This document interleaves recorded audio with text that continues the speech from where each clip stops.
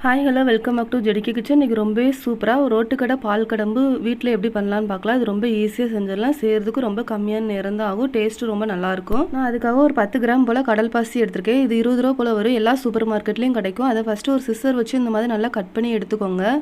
நான் கட் பண்ணதுக்கு வருமா ஒரு 3/4 டம்ளர் போல் தண்ணி ஊற்றி அதை நல்லா ஊற வச்சுக்கிறேன். நான் இன்றைக்கி ஒரு 1/2 லிட்டர் பால் பாக்கெட் எடுத்திருக்கேன். ஆவின் பால் பாக்கெட் தான் எடுத்திருக்கேன்.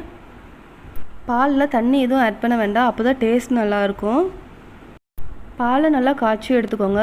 பச்சை வாசனை போகிற வரைக்கும் நல்லா காய்ச்சி எடுத்துக்கோங்க.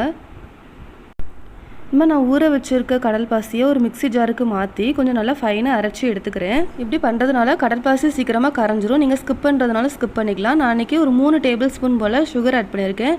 நீங்கள் இனிப்பு ஜாஸ்தி சேர்ப்பீங்கன்னா கூட 1 ஸ்பூன் எக்ஸ்ட்ரா ஆட் பண்ணிக்கோங்க. இன்னும் சுகர் நல்லா கரையிற வரைக்கும் நல்லா கரைச்சி விட்டுக்கோங்க. நான் அன்றைக்கி 10 ரூபா பால் பாக்கெட் தான் எடுத்திருக்கேன்.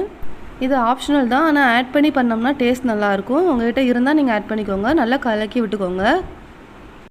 இனிமேல் நம்ம அரைச்சி வச்சுருக்க கடல் பாசியும் உள்ள ஆட் பண்ணிக்கலாம். கடல் பாசி நல்லா கரையிற வரைக்கும் நீங்கள் நல்லா கலக்கி விட்டுக்கோங்க. மிக்சியில் அரைக்காமலே நீங்கள் ஆட் பண்ணிக்கலாம். ஆனால் அப்படி பண்ணோம்னா கொஞ்சம் டைம் எடுக்குங்கிறதுக்காக நான் மிக்சியில் அரைச்சி ஆட் பண்ணியிருக்கேன். நான் 3 ஏலக்காய் இடித்து வச்சுருக்கேன், அதையும் ஆட் பண்ணிக்கிறேன். கொஞ்சமாக ஒரு பிஞ்ச் சால்ட் ஆட் பண்ணிக்கிறேன், டேஸ்ட் நல்லா இருக்குங்கிறதுக்காக. கடல் பாசி நல்லா கரைஞ்சதுக்கு அப்புறமா நீங்கள் எந்த பாத்திரத்தில் செட் பண்ண வைக்கணும்னு நினைக்கிறீங்களோ நீங்கள் அந்த பாத்திரத்தில் நீங்கள் ஊற்றிக்கோங்க. நான் இன்றைக்கி டம்ளர் தான் எடுத்திருக்கேன். விருப்பப்படுற எந்த பாத்திரத்துலனாலும் வச்சு செட் பண்ணி எடுத்துக்கலாம். ஒரு மணி நேரம் ஃப்ரிட்ஜில் வச்சு எடுத்துருக்கிறேன். இன்னும் ஓரங்கள் மட்டும் லைட்டாக அந்த மாதிரி கத்தி வச்சு நல்லா எடுத்து விட்டுக்கோங்க. அதுக்கப்புறம் நம்மளுக்கு ஈஸியாக வெளியே வந்துடும்.